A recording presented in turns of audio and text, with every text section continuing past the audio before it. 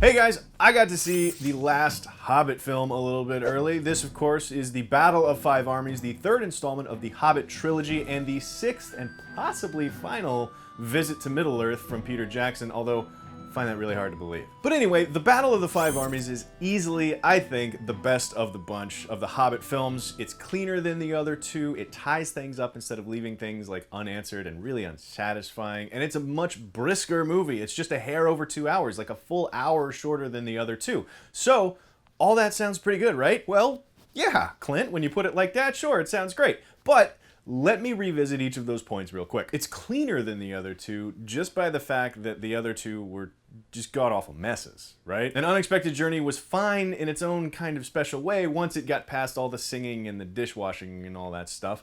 But ultimately, it was well north of 3 hours, and it was just too long, and it's the same thing for Desolation of Smaug. So Five Armies does tie up all the threads. Granted, it is the third film in a trilogy, so you'd like to think that it does tie up all the threads. But the problem is, we didn't care about the threads in the first place, right? So, because there's the love story between an elf and a dwarf that just felt super shoehorned in and really didn't matter. And this is my biggest thing, Sauron coming back, and then everybody's all surprised to see Sauron again by the time Lord of the Rings hits the original trilogy. They did address it a little bit, and it's a clip that's in the trailer of Saruman saying, like, "Leave Sauron to me," you know, which sort of addresses it, but it doesn't, and that was frustrating. And then there's the runtime thing. This movie is 2 hours, 10 minutes and change, somewhere in that neighborhood.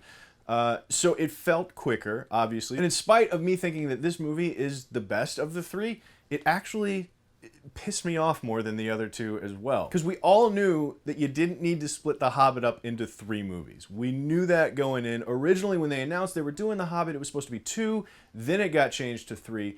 And so after these 2 first installments that were just bloated 180 whatever minutes, then the third one is only 2 hours, a full hour shorter than the other two. I'm like, it's just like rubbing salt in the wound. Like, yeah, you're making it abundantly clear that you didn't need to make 3 movies out of this. If they'd have done it in 2 movies, you could have gotten rid of a lot of singing, a lot of dishwashing, and you wind up at the end of the first film just getting to the mountain and maybe getting introduced to Smaug. Then the second and final movie, they deal with Smaug, Smaug attacks Lake Town, Bard kills Smaug, and then the big time last battle, which ultimately was basically what this movie was. It was like a 2-hour fight scene. You cover pretty much all the same ground, and you get 2 3-hour movies instead of an 8-hour trilogy that's just like really weird and imbalanced. Of course, we don't know whose idea it was to split the movie up into 3 parts, if it was Peter Jackson and his storytelling, if it was the studio and the money, because obviously I know that 3 movies makes 3 times as much money, so I get it. But the real problem with this series is its complete lack of stakes. Visually, it's very exciting. I actually like the high frame rate look that Peter Jackson did.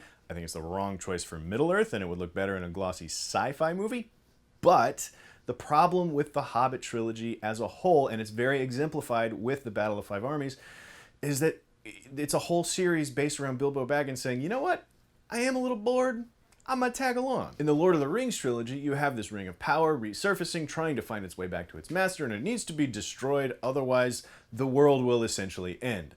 Those are real stakes. So it's like Diet Lord of the Rings, ultimately. So again, Battle of the Five Armies, I think, is the best of the 3. It's certainly worth going to see on the big screen because of the technology that Peter Jackson used, the high frame rate. Go check it out in high frame rate 3D.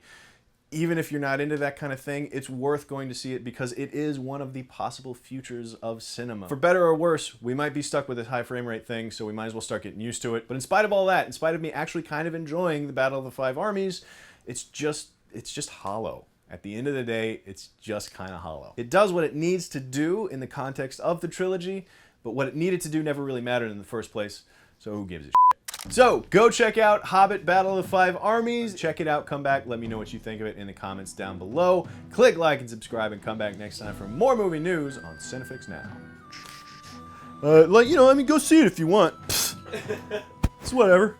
Such a passionate plea to go see this movie.